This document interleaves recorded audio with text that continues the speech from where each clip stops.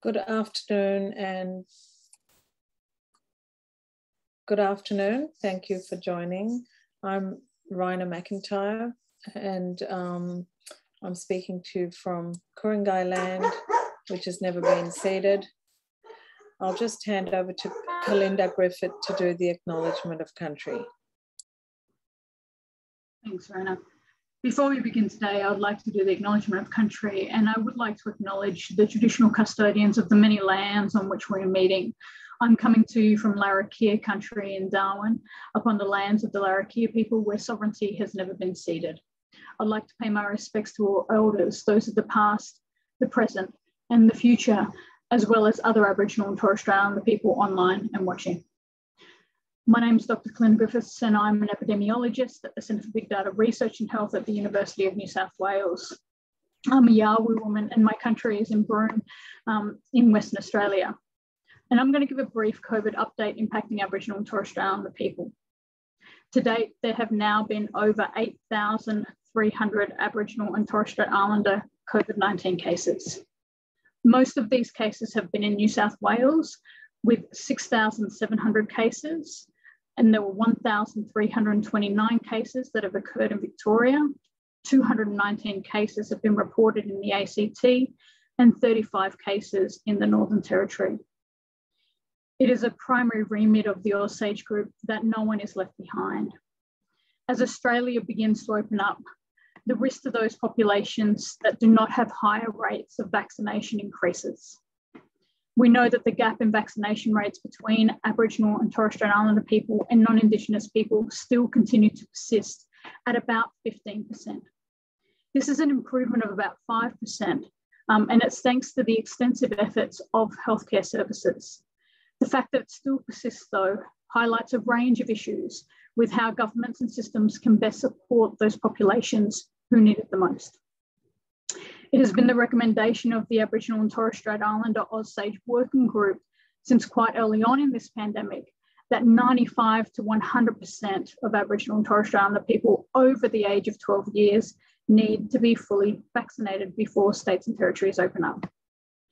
Preliminary modelling undertaken by Professor Emma McBride from James Cook University has shown that even with 80% Aboriginal and Torres Strait Islander people over the age of 5 years vaccinated, the risk of death is a little over 30 people per 100,000 people in the population.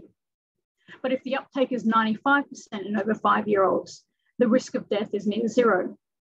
So this is what we're going with. 95% of all Aboriginal and Torres Strait Islander people over the age of 5 years need to be vaccinated to ensure that Aboriginal and Torres Strait Islander lives are not lost.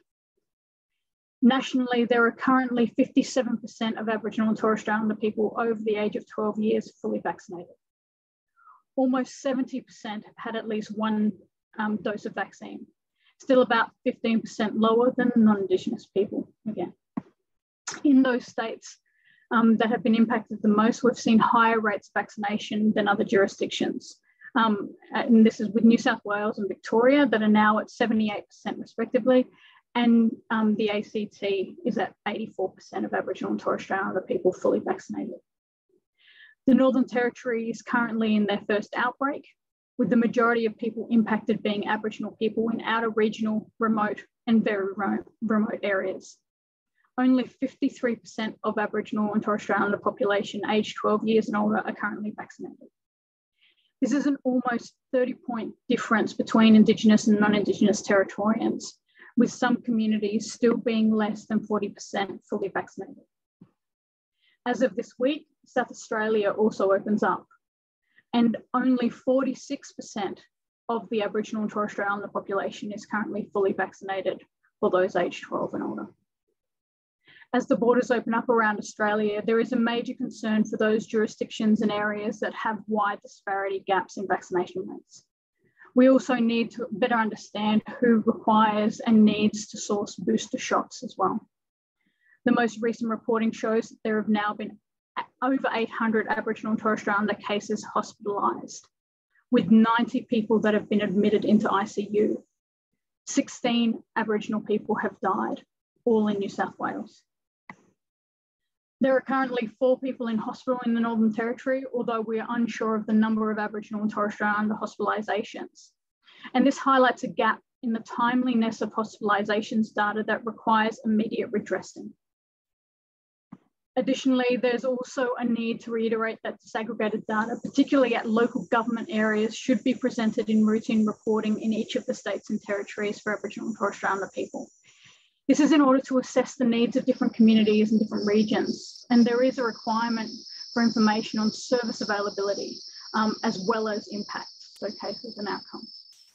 Despite the recommendations and ongoing call for accurate and appropriate data, there's still a clear need to improve the transparency, the quality, as well as the availability of disaggregated data relevant to COVID-19. We know COVID is a disease of the unvaccinated.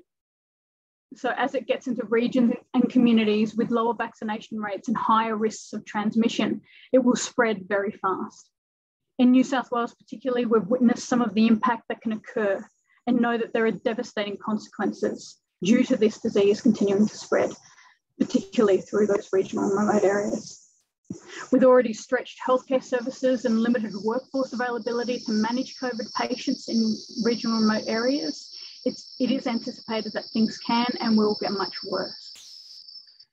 Aboriginal and Torres Strait Islander people are at greater risk of transmitting and having worse impact from COVID. And this is due to a younger age distribution, higher rates of underlying conditions that can impact disease severity caused by COVID, as well as less access to services. This means that there's a need for equitable approaches to ensure that Aboriginal and Torres Strait Islander people can be tested without any barriers. This includes removing costing and access barriers that may currently exist. We know that having culturally safe health services on the ground to work with communities in regional and remote areas supports vaccine uptake. Going door to door is effective. And we recommend that governments and health services work towards having people in those regions that need them the most. With lower vaccination rates and greater impact from COVID, it's therefore very important that attention, resources, and innovative approaches to supporting Aboriginal and Torres Strait Islander people and communities occurs. We're aware that resources are required to better support those in need, specifically those who are experiencing homelessness and addiction, to assist in reducing the rate of transmission. There are still many people in the general population who are not vaccinated as well, and an even higher proportion of Aboriginal and Torres Strait Islander people unvaccinated, which means the matter is urgent. We recommend that there is an assessment of each jurisdiction in the decision-making regarding the approach taken to support those populations at higher risk and how this impacts outbreaks.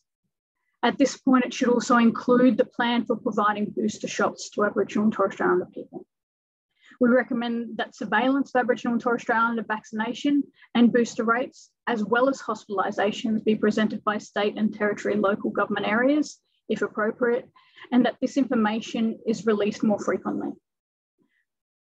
We also encourage Aboriginal and Torres Strait Islander people to go and get tested. And if you have been a close contact for those who have not yet been vaccinated, to go get the jab. Any concerns regarding the vaccinations can be discussed with a healthcare professional or an Aboriginal community-controlled health service.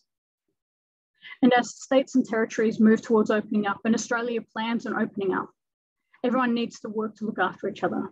Stay safe, get vaccinated, and leave no one behind. Thanks. Thank you, Kalinda. If there's questions for Kalinda, we might take them now because she has to leave a little bit early. You can type your questions in if you've got a question.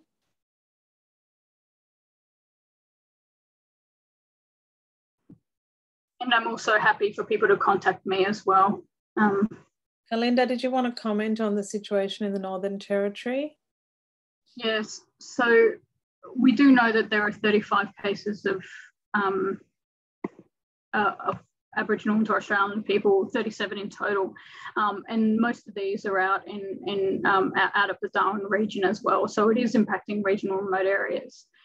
Northern Territory is in quite a unique state where, or position where the majority of the sectors work quite well together. And because of that, there are people going on the ground at the moment quite readily. We've got people working with, healthcare, so the Department of Health is working with CDU to get students out on the ground. We've got culturally competent workers who have been doing this stuff for a very long time with regional and remote areas. We also have policing and working with the ADF as well, the Australian Defence Force, to ensure that people in those areas that are affected at the moment are kept in those areas as well. So at the moment, it's people are trying as hard as possible to try and contain it, but like Delta everywhere, it is getting out. Thank you, Kalinda. As I said, you can contact Kalinda directly or through Amy, whose contact details were in the original email. So I'll thank you for that, Kalinda, and I'll move on to present the weekly stats and then the updated roadmap for New South Wales. And then we'll have the OzSage advice for hospital infection control presented by Dr. Karina Powers and Kate Cole, and we'll take questions for everything from now on at the end.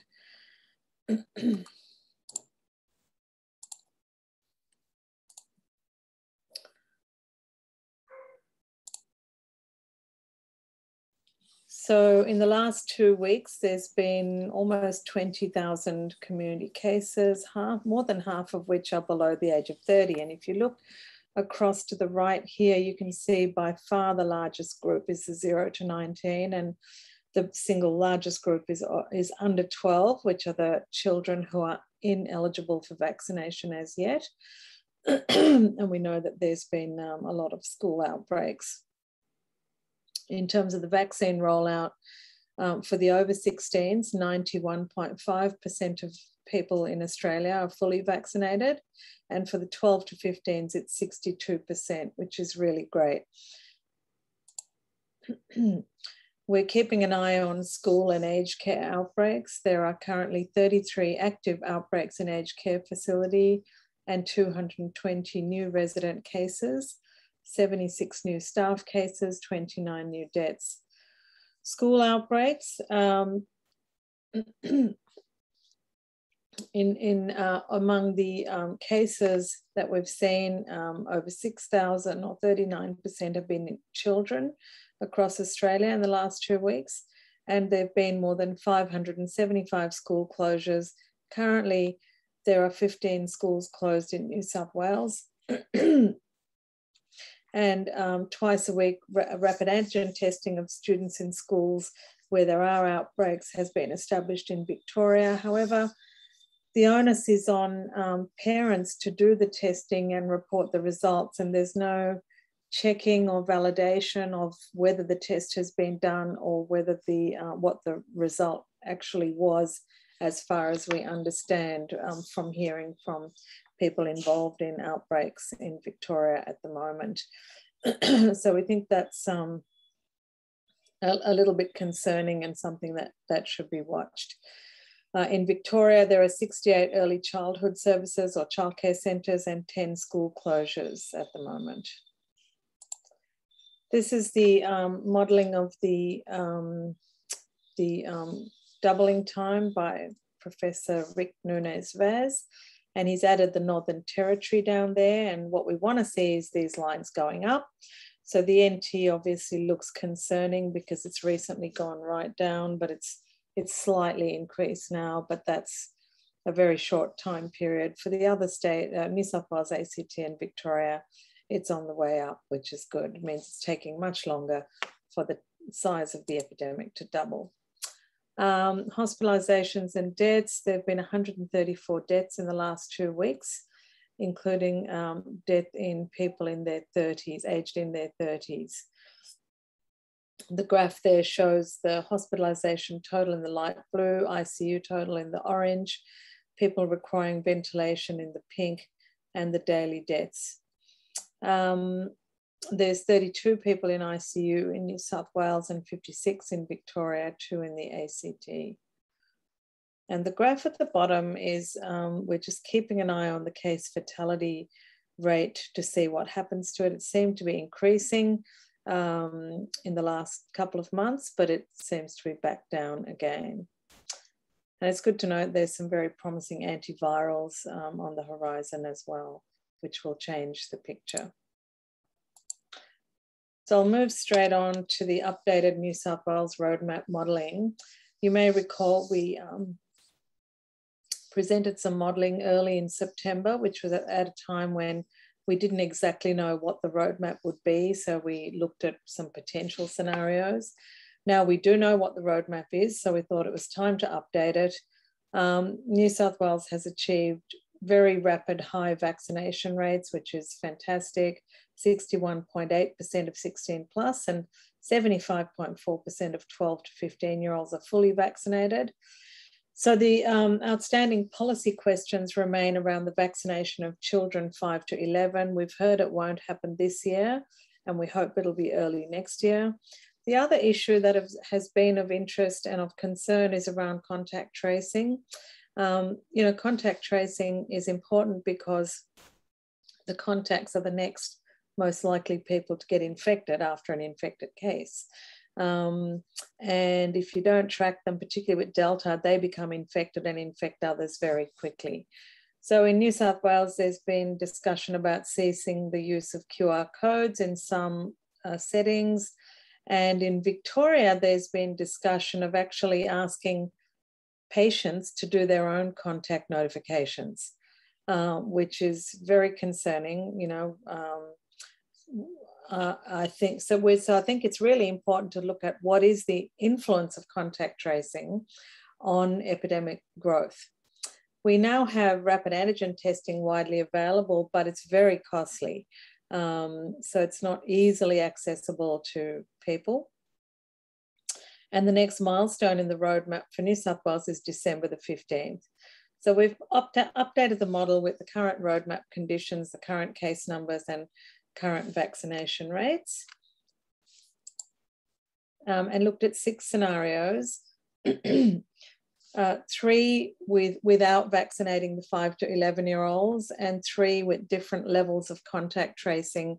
And when we talk about the percentage contact tracing, we mean rapid early contact tracing and quarantine of the contacts, all as one intervention. It's got to be done within 24 to 48 hours, otherwise it's too late. So being contact traced a week later doesn't count as effective contact tracing. So we looked at no vaccination of the little kids and 80% contact tracing, vaccinating them with 80% contact tracing, vaccination with no contact tracing, no vaccination and no contact tracing, no vaccination and 50% contact tracing, and then vaccination and 50% contact tracing. To estimate the degree of movement of people and mask wearing, etc., we fitted the model, which is the blue line, to the observed notification data, which is the red line. You can see that it's reasonably good in the different periods of the New South Wales epidemic. Initially, we had a light lockdown and then medium, then heavy, and then we've had the end of the lockdown since the 18th of October.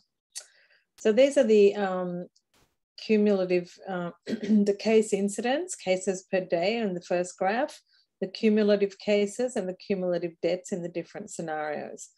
And if you just look at the difference between the red and the purple, in the red, you maintain contact tracing at 80% and you vaccinate the 5 to 11-year-olds by January the 7th.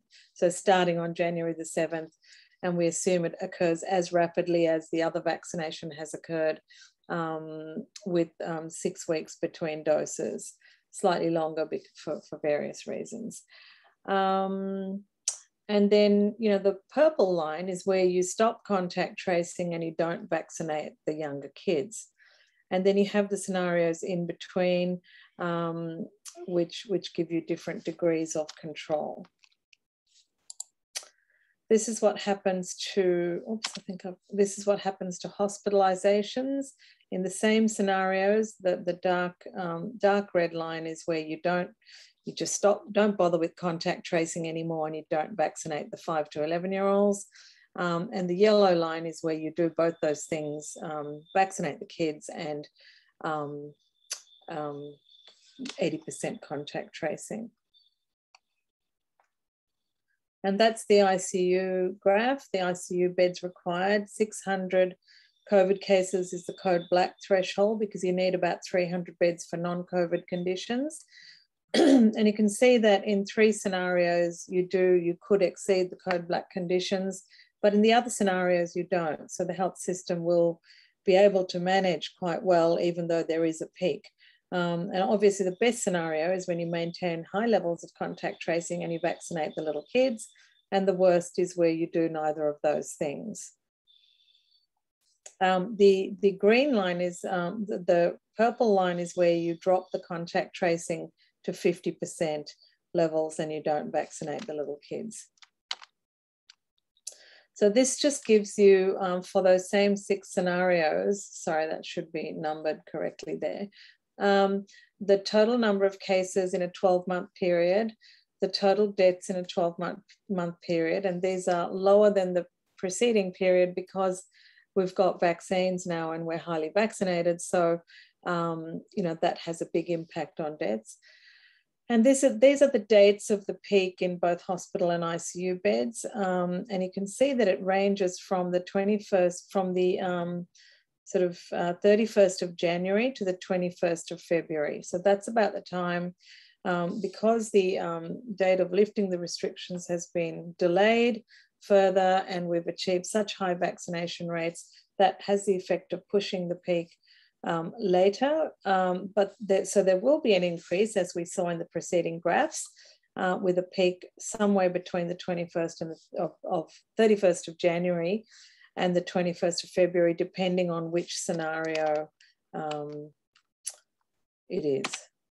So in summary, there's an excellent outlook for New South Wales if children 5 to 11 are vaccinated early and if we maintain high testing capacity. So the models assumed that we maintained high testing capacity and contact tracing capacity, which we showed is necessary.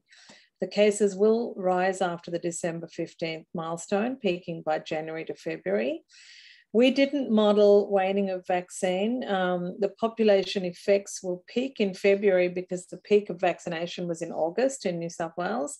So we really need to ensure we've got high rates of the 3rd dose for 18 plus before then.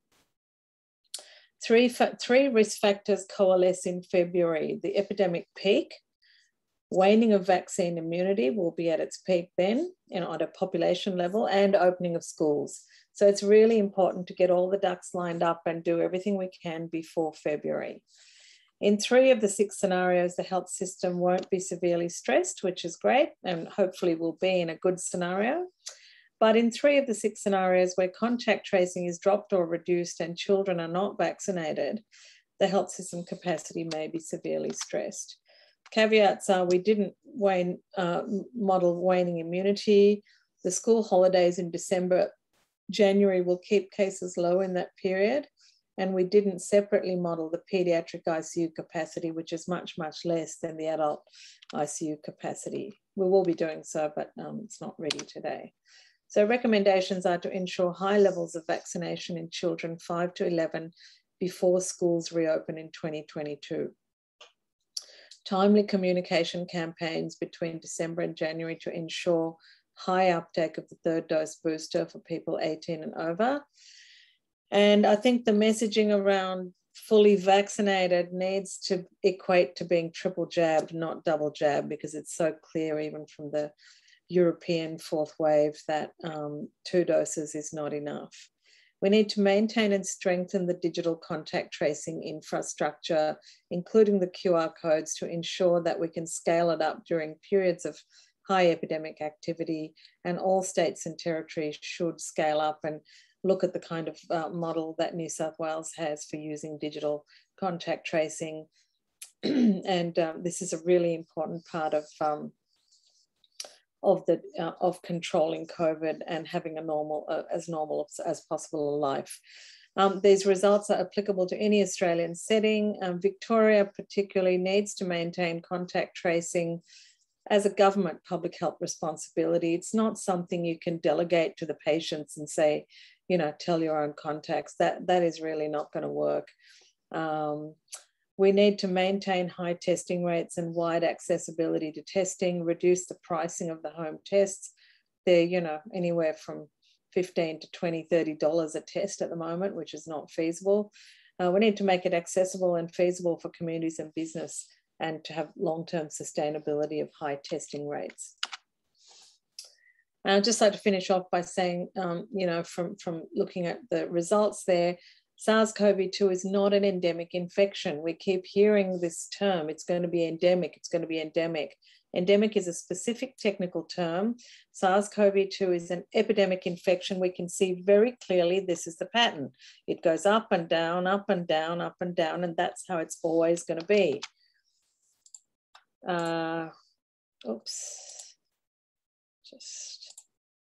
That the endemic means it doesn't change much over time. That's the green line up there.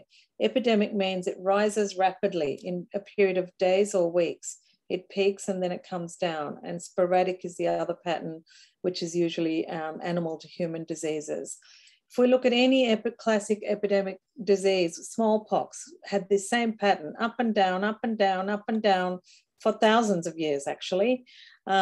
This one here shows measles in Australia after our biggest measles control campaign in 1997-98. You can see it reduced dramatically, but still has that up and down pattern, and it still causes epidemics, even though Australia has achieved elimination of measles with vaccination. I'll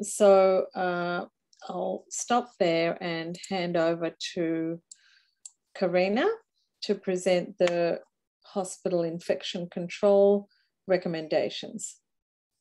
Hi, I'm Dr. Karina Powers. I'm an occupational physician in Western Australia, coming to you from Noongar land. I pay my respects to those amazing people. Please share my slides. So today I'm presenting the OzSage paper, control of healthcare worker protections, controls and protections for healthcare workers. And we know about SARS-CoV-2 that there's fine aerosols produced when we breathe and talk, and that if you have poor ventilation, the risk to the individual of catching SARS-CoV-2 and perhaps becoming sick with COVID-19 is high in short and long range transmission in poor ventilation settings. Next slide. So the World Health Organization recently estimated that 115,000 healthcare workers have died, and has urged leaders and policymakers to make regulatory policy and investment decisions to protect our healthcare workers. Next slide. Last year, a study was performed that looked at the first half of 2020 and found that healthcare workers were at 3 times the risk of the general population, even in low community prevalence of the disease. And this shows that there was a failure in risk controls. So we need to improve these. We need to report healthcare worker infections. We need to test in outbreaks. We need to cohort the workforce and improve personal protective equipment to control airborne virus. Next slide. And whilst that was back at the first half of last year, these outbreaks in healthcare settings are still happening, and these are preventable. Next slide. OzSage recommends a vaccine plus strategy. So the plus refers to making sure you've got safe indoor air ventilation in healthcare settings, or indeed any other setting, widespread fit testing respirator use for staff, and well-fitted medical masks or respirators for patients and visitors, and putting in place administrative controls and testing such as rapid tests and PCR testing. Next slide. This shows the layers of protection. So vaccination, of course, is very important. But if you can eliminate disease from entering the worksite by having any staff working from home who possibly can, which is difficult in, say, some health settings like hospitals, but some people can work from home. Having safe indoor air, keeping up your contact tracing using QR codes, that makes it easier to contact trace larger numbers.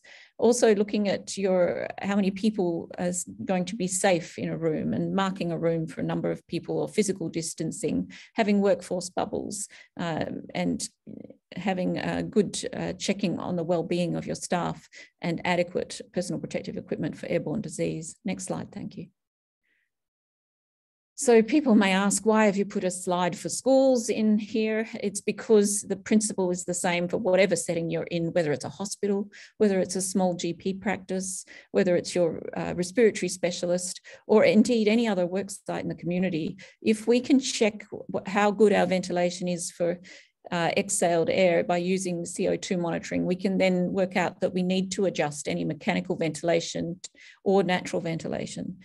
Or even if we've adjusted things and it's still not good enough, we realise we need to have HEPA filters to decrease our risk of disease, clean the air of any virus that could be there. And in healthcare settings, this is particularly important because we found healthcare workers can get infected just from their tea rooms or corridors, areas where there isn't often a good ventilation compared to patient areas. Next slide, thank you. Personal ventilation hoods are excellent for preventing cross-infection, and this one developed by Professor Monti and Associate Professor McGain has 100 air changes per hour. It's a plastic hood that the patient can be seen in. Next slide.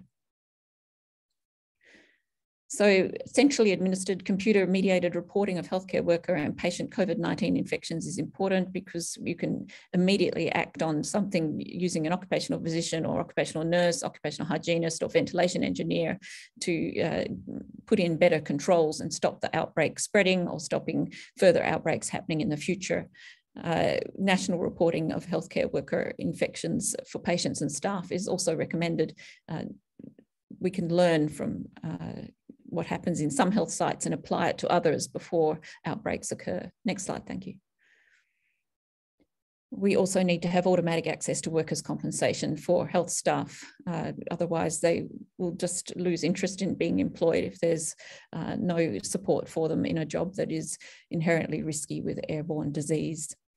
The community can do everything possible to decrease the load on our hospitals, our GP, our respiratory specialists or other specialists if they want to get in to see them with their standard asthma or with cancer, or prevent load on ambulances by putting in place vaccines plus vaccination, third dose, other controls for safe air, etc. Thank you.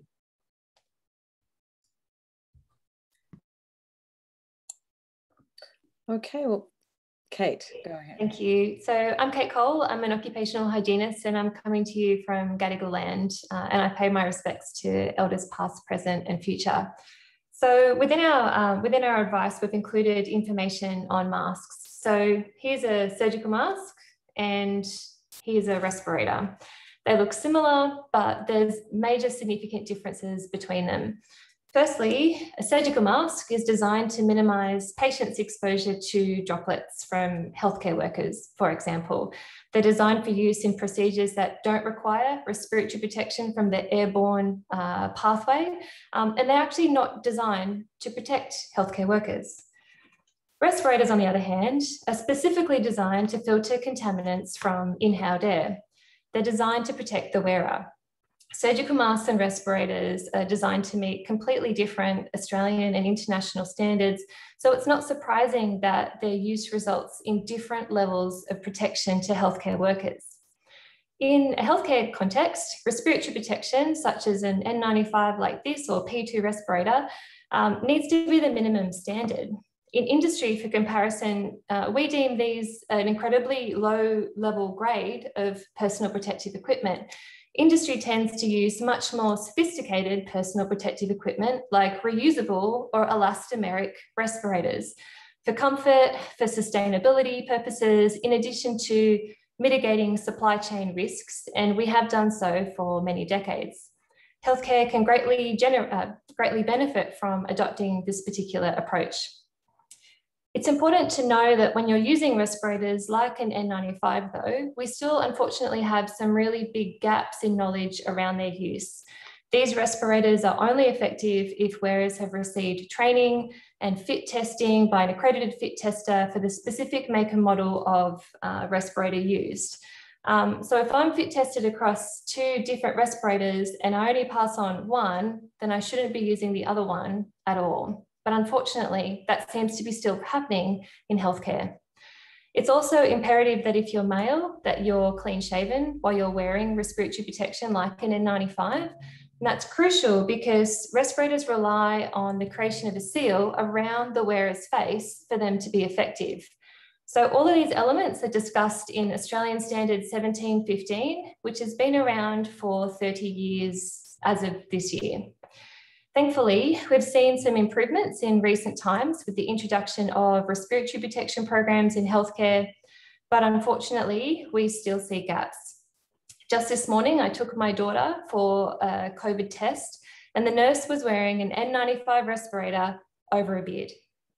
So the OzSage advice specifically calls out respirators as they're a crucial part of preventing COVID-19 transmission in healthcare settings, but much more work is needed in this space to ensure healthcare workers are adequately protected. So I hope the advice brings great value. Thank you. Thank you very much, Kate. We can take questions now from, you can type your questions into the chat. Karina, I had a question for you about the move in New South Wales to put the burden of proof onto workers to prove that they have been infected at work before they can be eligible for workers' compensation. That includes health workers, teachers, other people at high occupational risk. Can you comment further on that?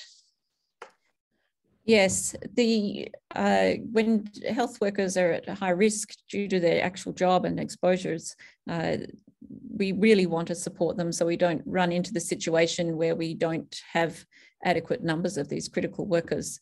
And it's important that their liability isn't, for their acceptance of their claim, isn't quibbled about.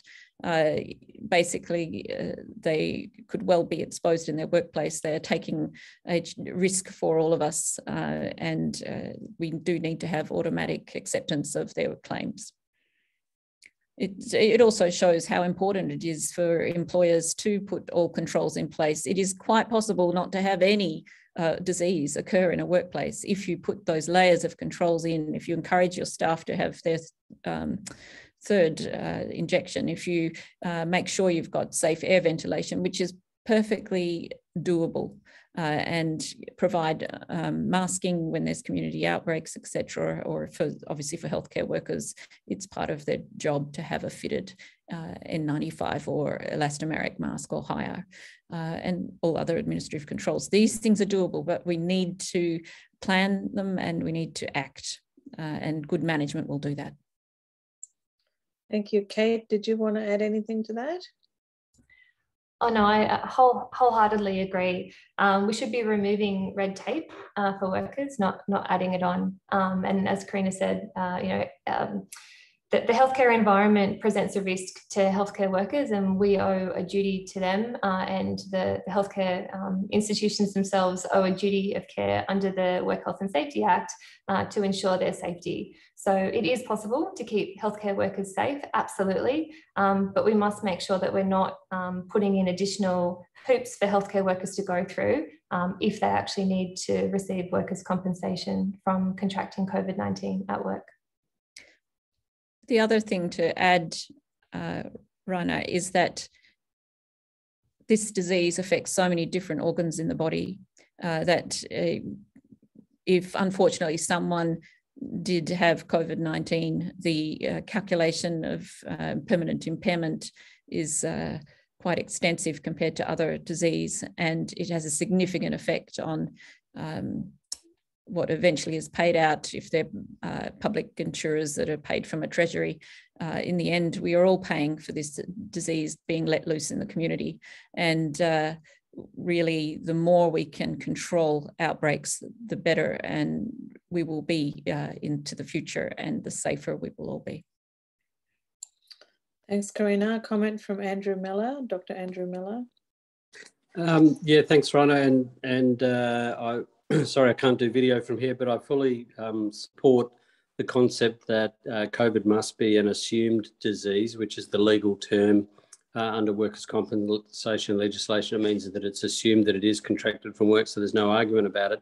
And this is not an unusual thing, of course, for other diseases such as asbestosis and silicosis. There was a history, unfortunately, of workers not being looked after and compensated or for those diseases because employers would challenge and have the resource to tie up workers for a long time in a contest around how the disease was actually acquired. So the mechanism here is simply to be on an equal footing, just as Kate was talking about with the PPE for healthcare workers, also with the compensation around a disease that they will be exposed to in the workplace on an ongoing basis in order that it's equitable, that society does its bit to support our healthcare workforce rather than just make promises. Actually, we should have, as we have done in some states, but has now been rolled back, for example, in New South Wales, but in Western Australia, they've introduced this is an assumed disease. So people won't have to prove, as would be very difficult where they caught it. So how would a teacher, for example, prove that they caught it at work? If the onus is on the worker, will a worker ever be awarded workers' compensation?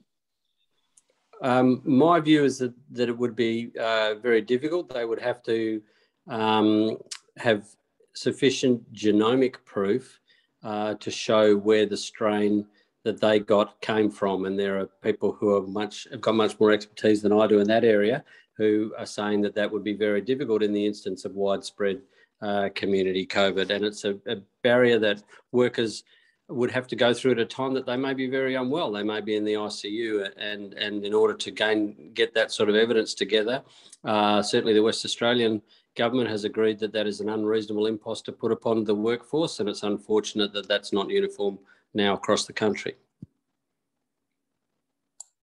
Thank you, Andrew. Any other comments, questions?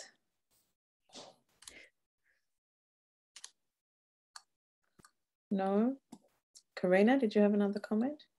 Oh, just to say again that I think the community can help our hospitals and doctors so much by just learning about controls they can put in place. Basically, systems start to break down when they get overloaded with patient load. And if you can prevent people getting sick in the first place, that's really up to all of us. You can put in controls in the hospitals, you can put in controls in the GP practice, like good ventilation, and etc. But in the end, if they have too many cases coming to their door, systems of control start to break down, they get tired, they don't apply their PPE properly, etc. They are at risk of infections themselves, or at risk of things going wrong, at risk of usual diseases not getting treated adequately. There's not enough time to treat them. Health staff get burnt out and leave the profession. So really, it's a responsibility of all of us to look after our healthcare workers at the front line by making sure we do everything we can to prevent the spread of this disease with getting our vaccinations, getting our third vaccination when we're due, and putting in place safe air, wearing masks in outbreaks, and putting in all sorts of controls that we can manage. And OzSage advice at ozsage.org, OZSAGE.org, has plenty of advice for the community and for workers. Thank you. Nancy Baxter, Professor Nancy Baxter. Yeah, thanks. And definitely want to reiterate what Karina has said, that the best way we can protect our healthcare workers is by preventing disease and preventing severe disease. But Rina, I had a question about your model in terms of when you modeled the vaccination of children. So we now know that children are not going to be vaccinated before the holidays. So is that for your for the parts of your model that included vaccinated children? When were they vaccinated in your model? The vaccination started on January the 7th.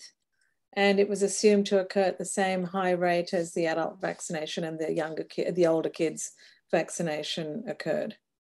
So this is still achievable for us if we kind of get ourselves organized at this point and moving forward. Do we have any sense of when approvals might come? I don't know, sorry. No insider information? I suspect it's very high priority for the government and for everyone, and that it's on the cards. I'd be very surprised, and I would be expecting to see it happen early next year, but I've got no inside knowledge. One other point on childhood vaccination is that if you can prevent your children becoming sick, even if it's mildly unwell, you're going to be more likely to keep your critical care workers at work. So a parent doesn't have to stay home from their job as a doctor or a nurse or ambulance worker to care for a sick child, or the child spreads the illness to others in the family who perhaps couldn't have got vaccinated. So it's quite disruptive to workforce if children are unwell, and I would strongly recommend all children who are eligible, including the younger ones, get vaccinated. Thanks, Karina. Not to mention the long-term burden of chronic disease, which is unknown because we don't know what will happen to people who had COVID in 10 years' time or in 20 years' time. We know the virus directly kills heart muscle cells, the cardiomyocytes. We know it affects the brain. In studies that have been done, survivors have a drop in IQ of 7 points on average. We know that it causes actual atrophy of the brain. We know that it has a whole range of effects on different organ systems, and we don't know how that's going to manifest in children. You know, is it going to affect the neurocognitive development of children? Is it going to affect their cardiac function? You know, are we going to see an epidemic of heart failure when these kids turn 20? We don't know, which is why, you know, we in OzSage, we recommend the precautionary principle that you don't wait 20 years to find out what the burden of disease, what actually are the long-term effects in kids before acting. You act on the assumption that there's enough uncertainty and that there could be serious long-term consequences to prevent infection as much as possible. Okay, well, if there's no other questions or comments, we might close here. Thank you again to Professor Lisa Jackson-Pulver's media team at the University of Sydney, who host these conferences for us. And thank you to the speakers and everyone else for attending. The documents that were released today will be available on the OzSage website sometime this afternoon, www.ozsage.org. And if you've got any queries, media queries, you can send them to Amy Stevenson. And the details are there on the last slide. Thank you very much. And the recording will be up on the website probably tomorrow.